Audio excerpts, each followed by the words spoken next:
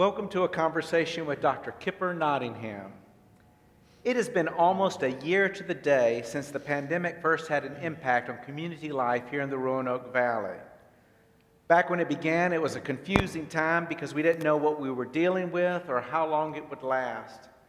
But we made a very wise decision early on to let science be our guide and to look to health experts to guide us in understanding the coronavirus and how to respond. On May 6th, we asked Dr. Nottingham to answer questions about the virus. Kipper is a member of our congregation. He had a career in family practice. He serves as a consultant for nursing homes and retirement facilities in the area.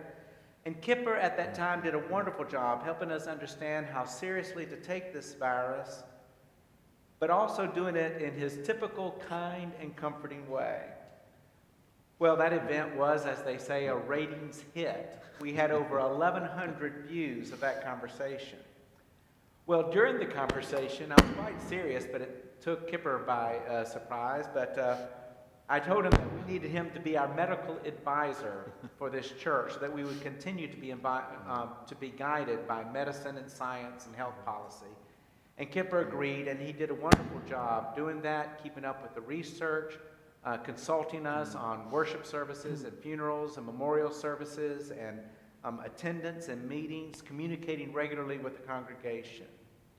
But we needed to have this conversation again because a lot has happened since that first one. We thought it was time to bring you back to talk about what we have learned about the virus and its variants, the vaccines and their effectiveness, and what health precautions we still need to do to take the following.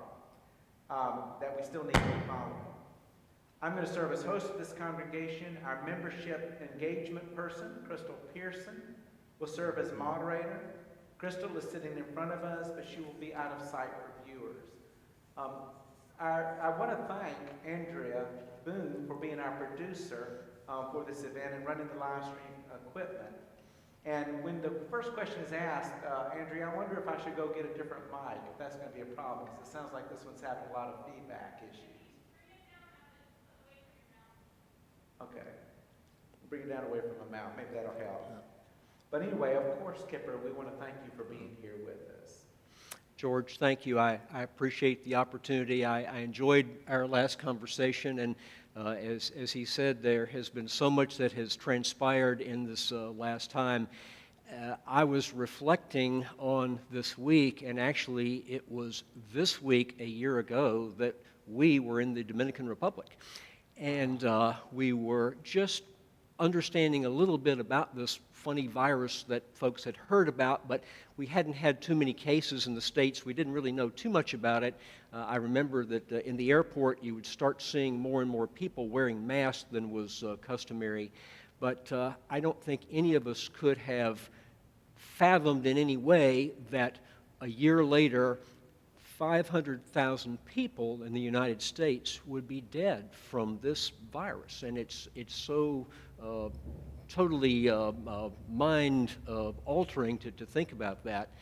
And so at this point, anything that we might do to try to mitigate things going forward, mitigate's a great word of the last year, and everybody's using it, but I think whatever we can do to try to make some changes and to learn more about this and to protect ourselves, our families, and our friends, that is surely where we want to be. You know, it's funny you brought up that Dominican Republic trip. I didn't realize it was a year ago this week, but I remember on that Dominican trip, it was a medical mission trip. So we had a number of doctors and nurses. And there was a lot of checking the internet, a lot of research going on, and people talking about this virus and the possibilities of a pandemic as these medical folks were trying to understand what was going on. And thinking back about that now, we didn't understand, but the warnings were flashing. The warning lights were flashing at that time. Early on, we really did not know very much, and it sort of gets to something I was going to say later, but it's a good time to throw it in. I think when we get news of this magnitude, when we have something new going on that we don't fully understand, you try to put that in the context of your own personal experiences. You hear anecdotes from folks, you get opinions from folks, and then you've got science and pure facts. And part of what we want to do today and what we tried to do in our last session was to separate those areas out, because there is so much information available on the internet and elsewhere that divvying that up, and I will just say that if I have something that I think is more my opinion than an actual known fact, I'll try to state that for you. Yeah, that's so important because there's a lot of unhelpful information out there that could really work against us getting this pandemic stopped. Well, so that you hear her voice, I'm going to let Christal Pearson start things off by asking the first question. Kipper, catch us up on what we know about COVID-19. What has been learned since last March about the ways the virus is transmitted? Well, when this all got started, we knew of COVID as coronavirus, I think based upon our previous experiences with coronavirus. And the general population probably hadn't heard much about that, but most medical folks are familiar with coronaviruses because they cause a lot of nasal drainage and discomfort in the nostrils and the throat, typically in the winter months. What we've come to learn with COVID-19 is that the primary transmission of this has been through saliva and mucus droplets. And this droplet business becomes very important in terms of how we can try to control things. When we talked here last, we had a lot of focus upon tactile things, surfaces, such as if your newspaper is delivered in the morning, should you let it sit for a few hours before you pick it up, because there might be virus from the hand of the guy that left it there. When you go to the grocery store, do you need to let your groceries sit for a while? Well, over time, we've learned from transmission that the respiratory secretions are far and away more important than are the surfaces. So it's not to say surfaces aren't important, and all that Lysol you bought and all the Clorox that you bought or couldn't find because it was all sold out, those things remain important, but if you put it in the big perspective, it's the transmission through droplet that is so much more important, it turns out. We've learned further that air circulation is critical, and being outdoors is so much better for us than being confined inside. We look at airflow issues, and it's something I think we've probably all learned. If you listen to the news media very much, you've probably heard a lot from Lindsay Marr, one of the professors at Virginia Tech, who studies this quite a bit, she and her colleagues. We've learned about airflow in airplanes, and at this point, we're learning that the turnover of air is important. So where this comes down to, I think, is critical for us day by day, is that if you're in a tightly confined room with other people, you are at significantly higher risk than if you're out of doors where the wind is blowing and those little droplets are not likely to get into your nose and throat. We've come to learn further that some of the types of variants that are out there are more contagious. So in terms of transmission, there are some types of viral variants that may be more contagious than others, and we'll speak of that again in a moment. We've also learned that there's some people who seem to be more predisposed to getting the virus, and we can chat about that some too. Well, these variants are troublesome. I would imagine that the coronavirus is going to continue to mutate, and we'll maybe have to have booster shots down the road, but are we going to be able to achieve herd immunity knowing that the coronavirus can mutate like it has? We're certainly concerned in a big way about that. The way the viruses basically live, the way they exist and work, there are mutations that basically take place all the time. When the virus is thriving, it will show mutations. And most of the time, they're minor mutations and you would never know the difference. But every once in a while, they make multiple mutations to the point that they really catch on. And that's where recently you've been hearing a lot about the Great Britain variety. We've got other mutations that are significant as well, but the Great Britain variety is particularly transmissible and may even be a little bit stronger in terms of what it does to you in terms of making you ill. But what we're finding is to try to get to herd immunity, which is trying to get the mass number of people with antibodies so that they can't get the virus, we need to get more people vaccinated sooner rather than later. If we wait too long, we're going to see more mutations taking place. There has been some encouraging news. I don't mean to jump ahead, but there's been some encouraging news about even when a vaccine is less efficient, it's still efficient and is effective. In fact, the percentage rate of its effectiveness exceeds what our original hopes were for before we had that. We hoped for vaccines that were 60% effective. So there is some encouraging news that even though it might vary, is that correct? That even though it might vary, that is right. When we don't have really a lot of good science on it, but the reports that are out, again, sort of back to what I first said, anecdotes and experience is giving us positive feedback to be encouraged about that. And believe me, there are tons of people that are trying to study that so that we can have good science on that before long. Yeah, I had a wait and see attitude when this first started. Let's see if the vaccine's working with the side effects. I've completely changed my mind on that. We can talk about that later, but we need to go ahead and get vaccinated before these mutations, to get ahead of the power curve. I think we have a question from Christal about testing. With regard to testing for the virus, has it gotten easier or more effective?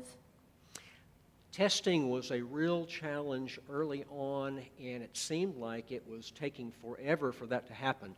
The state of Virginia did not have very good statistics in that regard, unfortunately.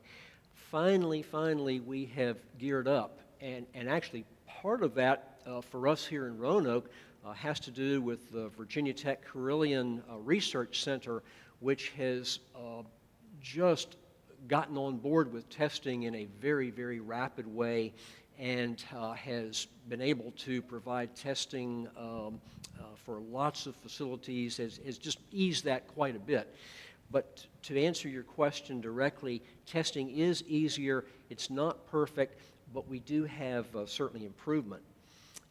I might add, while we're talking about testing, there are two different types that you'll hear about. I'm sure you've already heard, maybe more than you want to know about, but we talk about PCR testing and we talk about the antigen testing.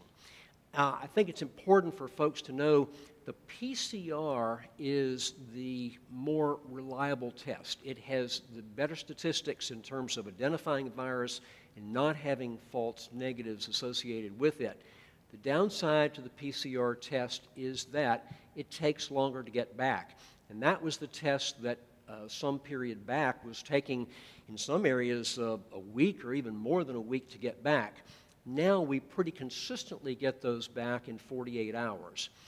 We find that the rapid testing, and that's what's often done now in a lot of the airports, a lot of the sports teams use these, but we in the nursing home, as a matter of fact, use the rapid test a lot.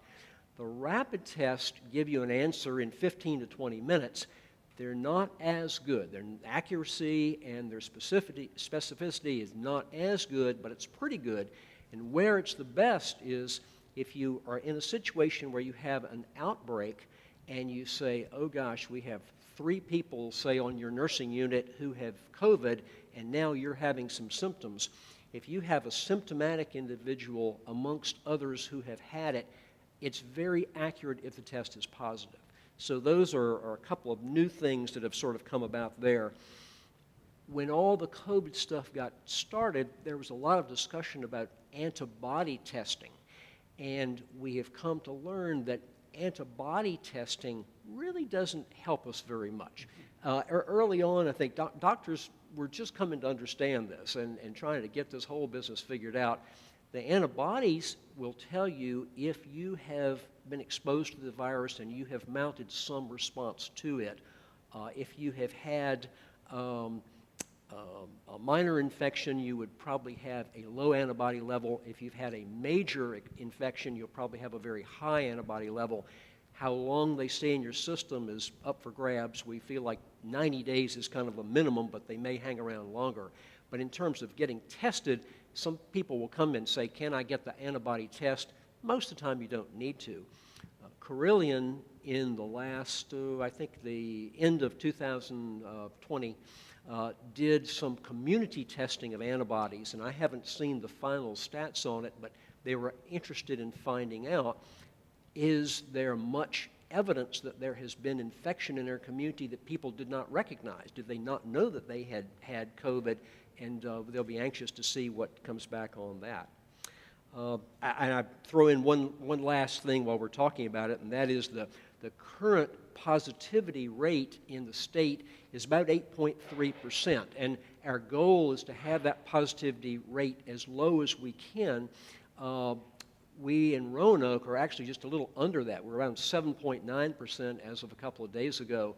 And those are numbers, along with hospitalizations, that we look at in terms of saying, okay, what's the risk in our area? What's the risk of going to school, going to church, and all kinds of activities? Thank you. Let's talk about treatment. I think we've all been following the news, and we realize that the treatments have evolved in some way.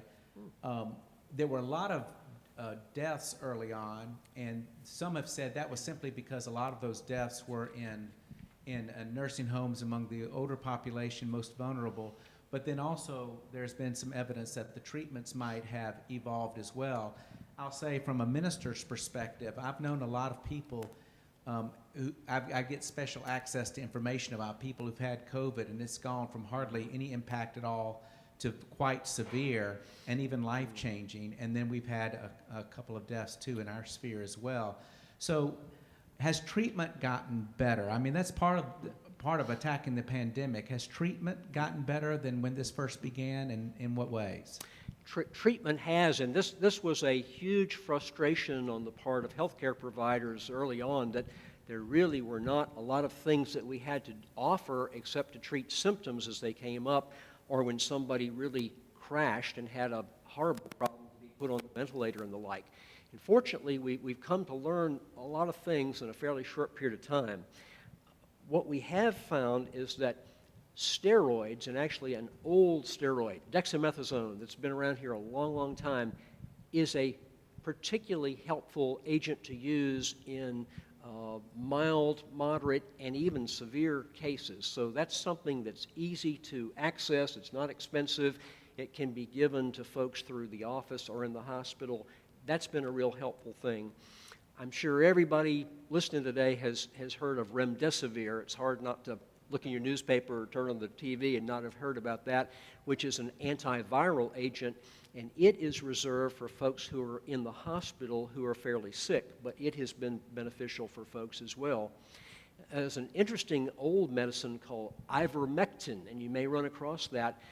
It's actually something we'd expect to use in the Dominican Republic because it's an anti-parasitic medicine, but they found that it seems to offer some benefit, and it's being tested for potential help. We've also found that putting people on the ventilating machine is not our first go-to, and that was something we really worried about. I don't think anybody here today has not heard about how we tried so hard to ramp up our ventilator ability throughout the United States. We've turned automobile plants into ventilator manufacturers.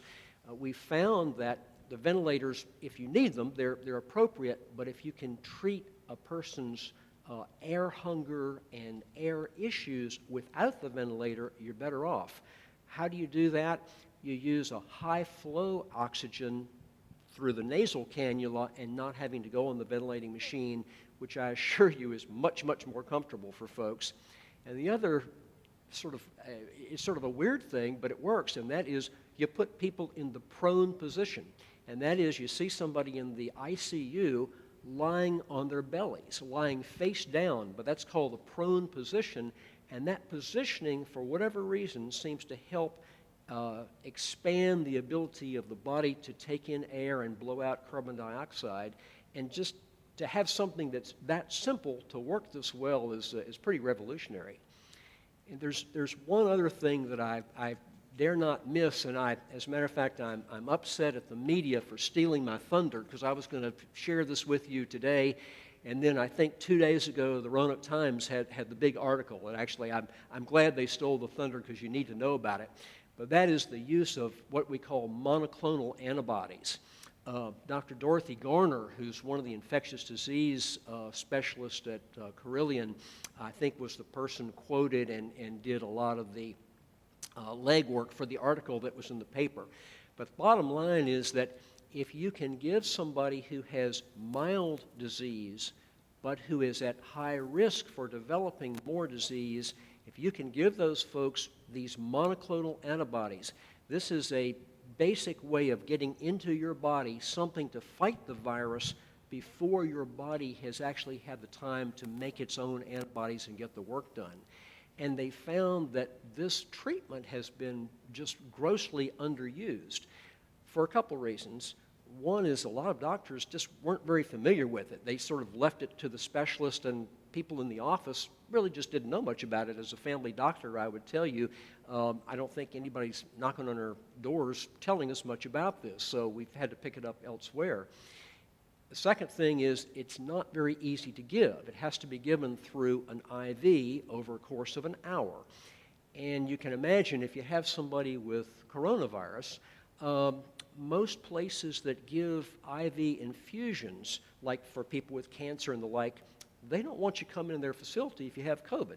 So it's not had an easy place to be administered. And so between that hurdle and people really not having a great knowledge about it, it just has been underused. The federal government bought a whole bunch. They have stockpiles of this stuff around as being unused. We had a very favorable response using this in one of the nursing, or actually two of the nursing facilities that I go to, where our pharmacy took a really big jump. They ordered some. They actually ordered 10 doses just to see how it worked. The government gave them 100 doses because they had so much to give. And we've had an opportunity to use that in people who have had COVID, who met the right criteria, and not one of those folks had to go to the hospital, nor did they get in any other serious complication, which is just a terrific turnabout. So what I'm saying this all to you for is to say, if you or someone you know gets COVID, don't go out and say, I want the antibodies tomorrow, but do ask your doctor, inquire, am I a candidate? Because there are some very specific criteria for who should get it and who should not. But the first big one is if you're 65 and older, or if you're under 65 and have a number of health conditions, and I assure you a heck of a lot of folks would qualify. So that's a really big one to know. Well, that's important because everybody in this, as in all things medical, you need to be your own health advocate. You do. And so having the right questions to ask is really important. I'm going to want to get back to variants, but I think Christal has a follow-up question on the treatment. Terry wrote in and wondered about treating the long-term effects of the COVID virus.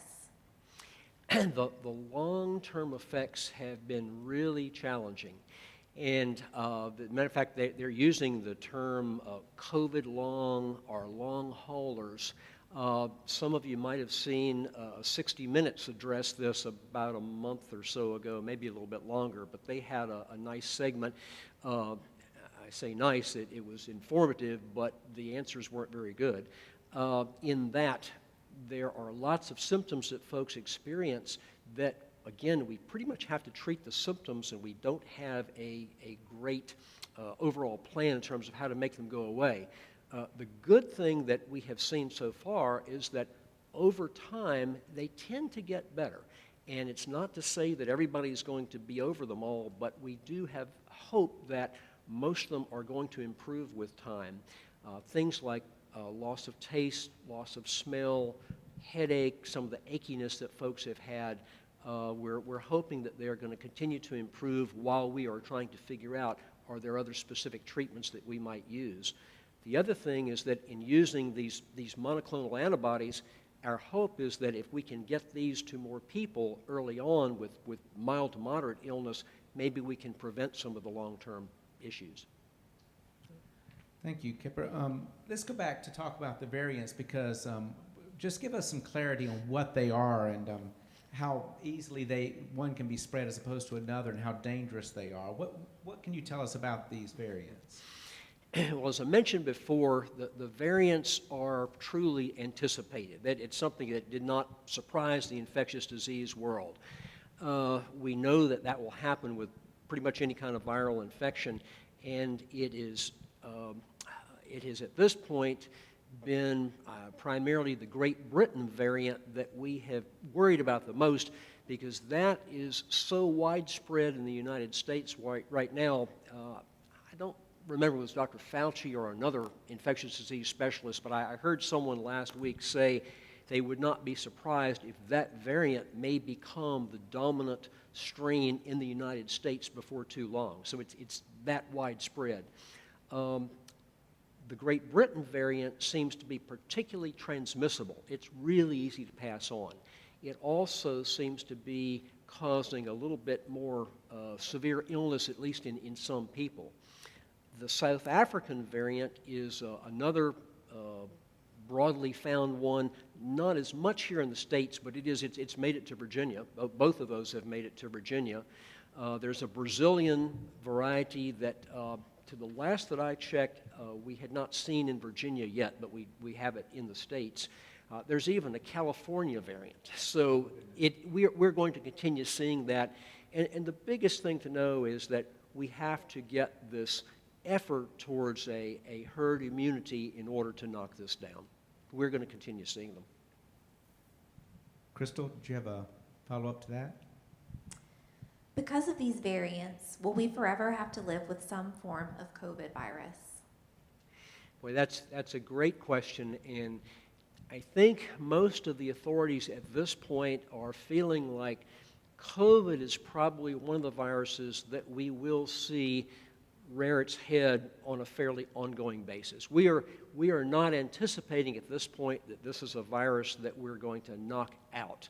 We're hoping that we're going to really, really knock it down, knock it back, but in terms of potential recurrences down the road and the potential need for having to use masks at some time in the future, there's a great chance that we're going to have to deal with this.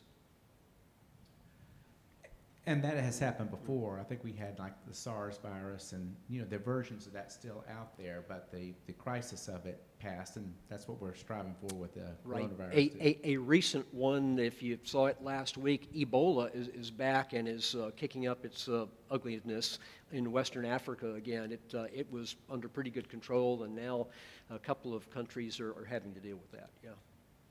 Well, let's talk about vaccines. For the better part of this past year, our efforts to combat the virus have been limited to prevention measures and treatments. But since the beginning of the year, vaccinations are being offered. We are waiting. A lot of people are on queue to get vaccinated, so it's not available to everybody. But I, for one, am watching that little box at the bottom of news shows saying how many people have been vaccinated so far, fully vaccinated. Tell us about the vaccines. There are different vaccines that are out there. How effective are they against the vaccine and the variants? The vaccine is a really neat issue, and when we had our conversation 9-10 months ago here, we were sort of looking into the future. When do you think we might have a vaccine out? And at that point, everybody was saying, it takes years to get a vaccine. We are having optimism started in Washington, D.C., both from the governmental end and from the Institute of Health, that maybe we had a new way of producing vaccine that we could get something out more quickly. And lo and behold, not one, but multiple companies came forth and have achieved this, which is just, from a scientific point of view, it's just dramatic and wonderful. One of the things that I think I would hallmark in terms of the vaccines is to say that what we have for this type of virus is so very different from what we have used vaccination-wise for really any other in the past. It leads to a couple things. It leads to a much, much greater avenue of safety, and that's why health providers, other scientists feel so much more comfortable in using this whole array of vaccines, and we'll put our slide on to show you the ones that are available, but they're all using the ability to give your body a type of code to turn on the process of making antibodies against what really is sort of a fake protein.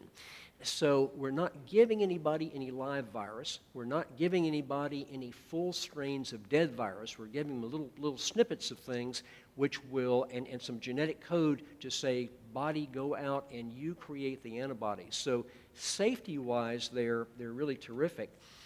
If you look on the slide at the top two, Moderna and Pfizer, those are the two vaccines that are currently used in the United States under an emergency use authorization. They will get ultimately looked at to see if they can get final approval, but to get the EUA, they had to be shown to be both beneficial and not harmful to folks, and they were looked at by a panel that did not have government appointed or government solicited people behind it. A lot of folks have worried, was this rushed? Is this a governmental thing for us to take, and is it safe for me? And in each and every of the conversations that I have had or listened to, I have felt the comfort level that they were looked at by unbiased individuals who were able to give a really good accounting for things. Those two are available. Today is Wednesday. Day after tomorrow, Johnson & Johnson, which is number 4 on your list here, on Friday, they will go before the FDA. Actually, the information is there already, and all the preliminary stuff says that they're going to get approved. We think that we will get approval probably this weekend to add Johnson & Johnson to the list. And that's important for a couple of reasons. The Moderna and the Pfizer vaccines require 2 separate injections. The J&J only requires 1. And if you look at how to vaccinate large numbers of people, and particularly folks that are homeless, folks that have transportation issues, folks for whom getting the vaccine out is really a challenge, trying to give 2 separate doses to folks has been a struggle. Trying to get 1 dose in folks has been a struggle, but 2 is really something. They have the added problem of the temperature, which it complicates. It's not just the 2 doses, it's also maintaining the correct temperature. The storage requirements on that, and interesting that Pfizer has now indicated that you don't have to keep that at the super cold that we originally thought. That's brand new out as well, but that's been a huge negative in that. So adding J&J is going to be great, plus the fact that they've said if you give us approval, we can get you, it's 20 or 30 million, I've forgotten, but something in the order of 25 to 30 million doses by the end of March. So it adds 1 more company to get us more doses for more people, and that's what we need. If you look at the success rate, this slide I had given to Andrea to include. The slide's already out of date, and it's only about 5 days old. and that's classic for where we are with the whole COVID thing. But I say that because the numbers approaching 100% for Moderna probably are a few percentage points below, 95, 97 for protecting from hospitalization and death, about 97% from severe disease. But that's still by vaccination standards, that is just outstanding. The interesting thing for the J&J, when it was first given its news profile, you may have heard that the success rate for it was not appearing to be quite as good as the first 2 out, Pfizer and Moderna. However, it was very quick that they were able to determine it knocks the virus down to where they have essentially no hospitalizations and no deaths from the J&J vaccine. It may leave you with a mild cold and congestion, but if you look at what are we trying to achieve here, if we can keep people from getting severe disease, that is a huge success. So I've heard several infectious disease doctors asked, if I had the choice, Moderna, Pfizer, Johnson & Johnson, which should I take? Is one worse than the other? And across the board, the doctors have said, you take the first one that you can get your hands on, because getting it soon and getting it in your system, they're so close in terms of what they accomplish, you want to go ahead and get it ASAP. I think Christal has a question about receiving the vaccines. Kipper, can you talk about the side effects that people are reporting after the second dose, and what are some ways that people can get relief from those side effects? Sure. The side effects may be encountered with either the first or the second dose, but they are more commonly seen after the second dose.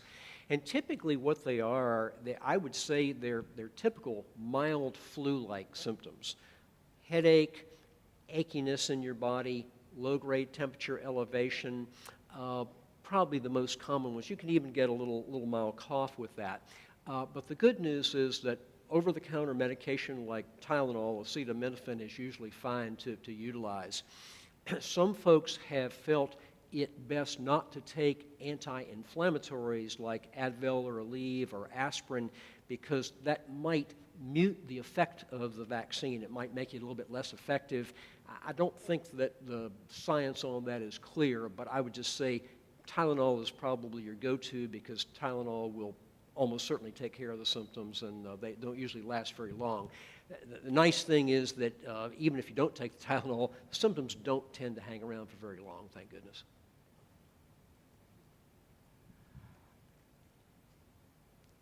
Some people have had a wait-and-see approach about the vaccine. I mentioned that earlier. I even had that when this first started. But I've read so much that's reassured me about the vaccines. I want to go back to that, though. I think we really have to achieve somehow herd immunity if we really want this to stop being a factor that constricts our family and community life. I'm going to give you open door here to preach if you want to. There's the pulpit if you want to use it, to preach if you want to about how important it is that people receive these vaccines. What we understand is that getting that shot into the arm is our ticket through this. And that is because if we allow enough infections to continue, they are going to continue to mutate. They may come up with mutations that we have no idea what they're going to do for folks down the road. They might be even more contagious. They might make you sicker. They may have a much higher death rate. So we really, really need to get more people immunized. A hope, by me at least, is that maybe there have been more unreported infections or more infections that were not known about in the past, such that we may have a little better immunity in our area than we already know. But that's not science at this point. That's something that we're just hopeful for. When you look at getting to herd immunity, you have to remember that, at the moment, we have no vaccination for anybody under the age of 16. So you think of all the kids that, even though they have not been big spreaders, they nonetheless may acquire the virus, and they can pass things. So we can't add them into our herd immunity equation just yet. And I think the other thing that I see is that there are a lot of younger folks, particularly women of childbearing age, who have had a level of discomfort, and they really just didn't know, is this safe for me to take? And I'm certainly not going to go out and tell somebody, you have to take this. I will say, I hope you will talk to your doctor. I hope if you have concerns that you will speak with your OBGYN or your PCP or somebody who has a good knowledge of this to talk about it, work through the questions that you have, and I hope you will then come to the conclusion that you would be better, your unborn child, if you are considering childbearing, your child is certainly to be safer if we can protect you and your family. It's not just for you and your family, though. It is for our community. It's for everybody. And so trying to achieve this is critical. It really is. Well, thank you. Yeah, there's just so much unhelpful information out there, and I think I think prevention measures were politicized to some degree, which I think is tragic. And not to speak to that, but we really all need to look at the facts about how safe these vaccines are, and get people signed up to get them. And now, on the basis of that, a lot of folks are now convinced they want to get the vaccinations, and yet there's a delay. And so there's been talk about priorities, and I think Christal has a question about this. We know you're not here to discuss ethics as much, but if somebody who is not in a priority group has the opportunity to get vaccinated, should they do it?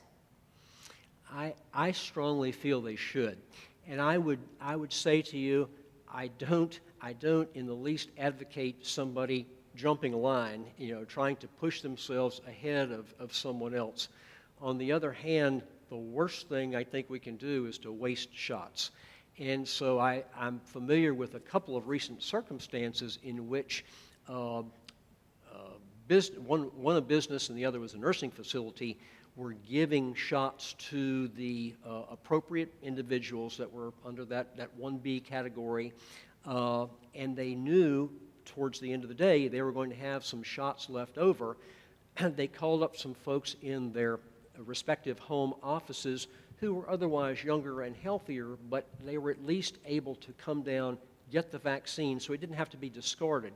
The tough thing with so many of these vaccines is that you can't hold it over for a prolonged period of time. You have to use it within a specific period of time from when it's reconstituted or pulled up in the syringe. So rather than waste that, I very much advocate that we try to get it into our patients. I think that with the number of companies producing vaccine, right now we have been through a tough time where there just has not been enough supply for our demand, and we see that particularly in our area here. But my prediction is it won't be too long with the number of companies and how they're turning this out. It won't be too long before we get most of the people immunized who at this point want the shot. And I think that the next crisis for us, the next really tough point, is going to be encouraging those who have resisted for whatever the reason. They want to wait, or they're skittish about it, or they're fearful that because you're telling me to do this, that's a good reason for me not to do that. I think that we have to try to convince those folks, of the important reasons for doing this, for their own safety, for their family's safety, for their community's safety. I thought about this question. I've thought about it for a long time, but I particularly thought about it Sunday with Jen Brothers' sermon, in when she was talking about Genesis. In the Garden of Eden, here's an apple. Don't eat it. Well, when you tell somebody you can't have something, that's when they want it. And so maybe what we need to do is to, at some point, say you can't have the shot, and then people will want it. I say that with jest, but it is human behavior that we want that which we should not have. And in this case, this is something that we need, and it's because a lot of people have felt that they were, I shouldn't say having it crammed down, but I do know there are some businesses that have said, if you wish to work here, you have to take the shot, and that philosophy doesn't fly for a lot of folks. I'd like to follow. Oh, did you have a follow-up question to that, Christal? Kipper, can you talk at all about the difficulties that we've been having with distributing the vaccine, as far as getting it to the high-risk people who aren't employed and things of that nature? Yeah, it's been really tough, and I think we have proven that healthcare folks do, I hope, a good job with healthcare, but they're not logistics experts, and that with the vaccine distribution, there have been lots of issues in terms of, should this be done from a local perspective, should this be done from a national perspective. It's required cooperation that sometimes has happened, sometimes has not. We've also found that the networks we have not worked particularly well. And actually, it's probably a good time, Andrea, if we put up our slide about the Vaccinate Virginia. We finally have had success in our health departments getting together and having now a system, both an online as well as a telephone number, as a one-stop shop, ideally for calling, getting your name on the list. When this first came about, just a week or 10 days ago, something like that, the word was that if you had signed up for the shot through other health department modalities or localities, it would automatically flow into this. But apparently you can go either online or call. And the governor said this himself in his press conference last week because he tried it, that you can go on and confirm that you are in that system. If for some reason you're not, you need to get yourself in there.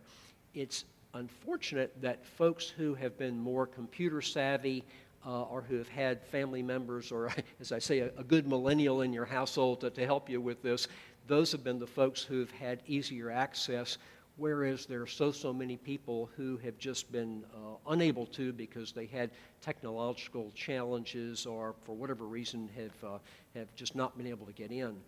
I think that goes to one of the other things we've seen in our community recently, and that is we're looking at other ways to get this vaccine information and vaccine out, maybe going to churches, maybe going to community centers, taking it to people who may not be easily able to get to the civic center or to another location, may have trouble with the appointments. We need to work on that element very vigorously, and I'm hoping that is now coming around.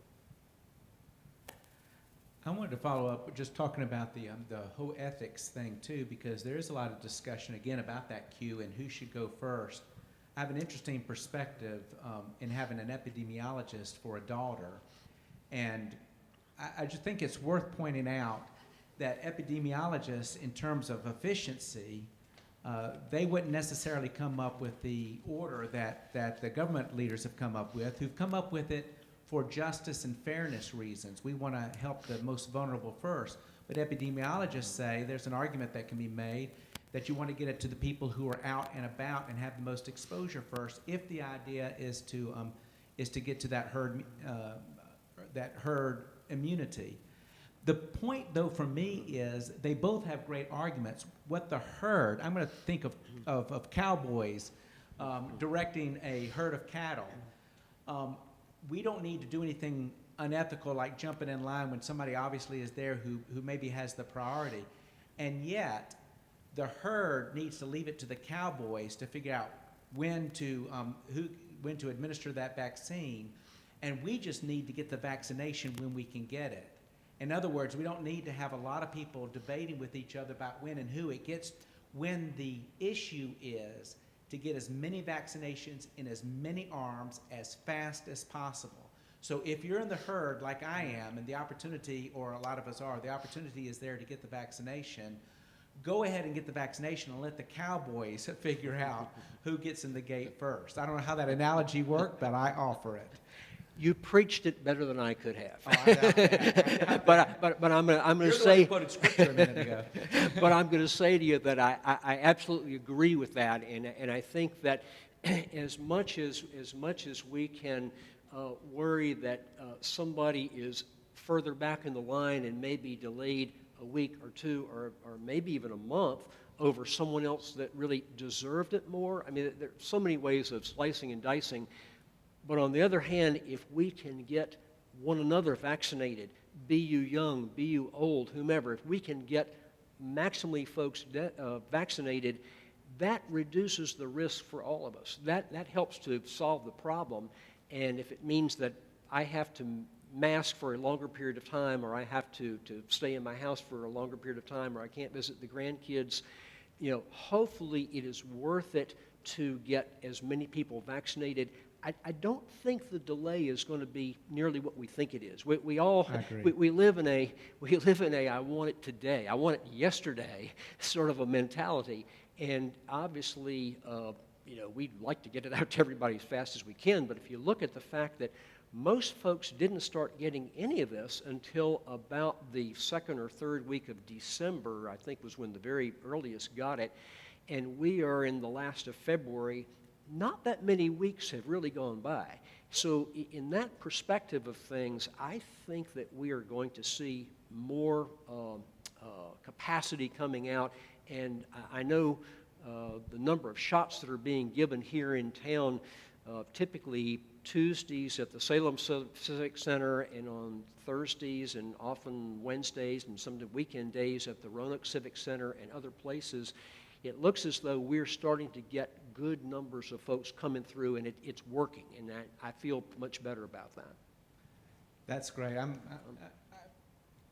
not you, but I've done a lot of reading, and I'm pretty optimistic too about the rate of these vaccines coming out, and it's very encouraging. And I think it has a direct relationship to the drop in hospitalizations and infections that we're seeing. Yeah, I think one of the questions that had come up had been, have the things that we've tried to do to limit transmission and talk about, I didn't talk yet about masks, but we've talked about the different types of things we do to keep from spreading. One of the new things that came out, I think, just about a week or so ago was the idea of double masking. And so just to show you, this is kind of your standard surgical disposal mask that if you walk in pretty much any store around town these days and you don't have one, this is what they'll probably hand you. And this is a nice little filtering mask. The problem that this has is that it doesn't form a very good seal up here, up above, around the sides of your nose and just below the eyes. It doesn't form a good seal there. It doesn't form a good seal around the sides. If you go online, you can look a ton of websites, but I usually tell folks, if you're going to go online, go to the CDC first, because they probably have the most accurate and most complete information there. Wearing one of these with a cloth cover on top of it helps to secure those little vents where you've tended to leak, basically. So if I were going to be in a situation where I thought, I don't know how close I might be with other folks, I don't know how many people might be in the room, I don't know what the airflow is going to be in the room, indoors in particular, I would say use one of these with a cloth mask on top of it. Or another option is you can go online and order a cloth mask with a filter. And the cloth with the filter presents almost as good, it's just about as good as one of these. This is the N95 mask, and this is what most healthcare providers utilize. And these are actually specifically fitted to folks. You do a little fit test to make sure it's fitting nice and tight. They are encouraging the public not to use these unless you are in a high-risk area, simply because they want to be sure there are enough to go around for the folks in the hospitals and the healthcare settings, and to make sure there are enough. But you can find these, and these are very, very inexpensive. I failed to mention, but I was going to. Somebody had asked earlier about, would you fly on a plane, or when would you fly on a plane? And we learned that you can get exposed to this virus in your eyes and your nose as well as your mouth. And so on the plane, even though the air circulates well, if you are seated next to somebody, and there was a time when they were allowing seats in between to be empty, but now most of the planes are putting people in each seat, I would suggest having some sort of a face shield. And this is sort of the old-fashioned, the original ones that came out, which is pretty big and definitely ugly. And if you want a bad hair day, wear one of these for a couple of hours and you'll get there. But they make, and you can again find online, you can find some that are a bit more tapered, and they're more stylish and more comfortable. If I were going to be on an airplane for any significant flight and had somebody sitting next to me that was not in my household, I would utilize one of those. That came forth earlier. So, thank you. Christal? We have a few questions about once we have been vaccinated. One that came in on the YouTube channel is, can we still pass the virus once we have been vaccinated? That is the great, again, $64,000 question. But the answer seems to be yes, at least what we know right now. If you're vaccinated, you are well protected, we feel like. Your own likelihood of coming down with the virus in any significant way is very, very tiny. However, if you come across somebody who has had the virus, that virus loves, for some reason, it loves your nose and your throat and even your eyes, I mentioned, but your nose particularly is where it just loves to hang around. And so you can be a transmitter of the virus. And so for that reason, it's recommended that you still be cautious about the environment in which you're in to be safe. As a matter of fact, that's probably a good time to put up our last slide that says suggestions for a tiered approach. And this gets down to how can you mingle with folks? What do you do? Where are we going with this thing? And you'll see that the first category is vaccinated and vaccinated. So that's if I am vaccinated and I am going to be having dinner with George and he has been vaccinated, we are in a pretty safe, comfortable environment, and it would be okay for us to do that without having to go through intense restrictions like masking and going through all the other distancing. However, we would still need to remember that one of us or both of us could harbor some virus in our nostrils, so that we may have picked up from somebody. So when we go back home, we have to remember, okay, if there's somebody there that's not vaccinated, we could transmit it. So we need to be cautious in remembering that when we're interacting with folks. The second category in our slide is vaccinated around the unvaccinated or the public in general. And that's where you'll see the recommendation. This is not CDC that I'm showing you right now, but this is from a panel of infectious disease doctors. And they say they would recommend continuing to mask, and they think that distancing is still a pretty wise thing because there is chance that you could potentially be a transmitter of the infection. Then the last category, if you're not vaccinated and you're around other people who are unvaccinated, you should keep all of the same restrictions to apply.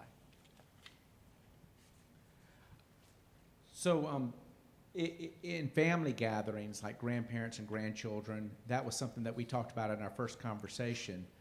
And a lot of people haven't gone to family gatherings while they waited to get vaccinated. So now the rules are changing because some are vaccinated, some are not. Just to really get down to like birthday parties, I think Pam asked these questions, birthday parties and family gatherings. When can they hug? You know, when they can have dinner together, and how do they, any further advice? You answered a lot of this already, I realize, but any further advice on people who just really want to be with their loved ones again now that we're in this kind of transition phase? Well, I appreciate those, and I will tell you that we're going to take this for a test drive because my wife and I have been vaccinated, and my son and his wife have been vaccinated, and I would throw out there, when you're vaccinated, we still feel like you should allow yourself at least 2 weeks after the vaccination, after the second vaccination, if you got the two-parter, to allow your body to maximize its antibody protection. So vaccinate, but give yourself at least 2 more weeks. We are going to go out and we're going to co-mingle with our vaccinated kids who actually have kids of their own. We have grandkids who are not vaccinated because kids don't get the shot just yet. So how do we all handle this business? I'm feeling that from all that I have read and talked to, I'm feeling it's okay for us to be amongst one another without having to wear mask and to use other protection within that environment. I will do that recognizing that our grandkids are, older one is 3.5, and under the age of 10, the likelihood of being a viral spreader is still pretty tiny. Kids 10 and up, and 10's kind of an arbitrary age, it doesn't just cut off there, but it's basically under 10, much less viral transmission. Over 10, you start to see more of that. But for the little kids, you don't tend to see much viral transmission. However, kids being kids, we know that they're going to be hugs, or I should say grandmothers being grandmothers and grandfathers too. We know that there will be hugs. And I would say that it's not really a danger to those of us who've been vaccinated. But what I have to remember, and what all the rest of us have to remember, is when we come back into other society, when we're around people who haven't been vaccinated, we need to be very cautious. Because I work in healthcare facilities, when I come back from that, I will wear the face shield, I will wear the mask, I won't be around people who I could potentially transmit virus back to for safekeeping. That's sort of how I'm looking at it. Now, you also look at the issue of, a wedding or a funeral or other celebratory activities where there are a lot of people together. And church, we're in the perfect place to discuss it. Where do we go? And I think what we're going to all have to look at, you look at the amount of virus in the community by some of the statistics that we looked at earlier. You look at, have most of our folks been vaccinated? And George and I were discussing earlier, I don't think we can tell you absolutely can do this or cannot do this based on a vaccination, but we can certainly give you the best advice that we know, and we can encourage you according to where you stand there. Do we get together or not? And I think, again, like a lot of the activities we've had here at church, we are trying to move things out of doors as much as we could. We're trying to make our environment as friendly and safe as we can.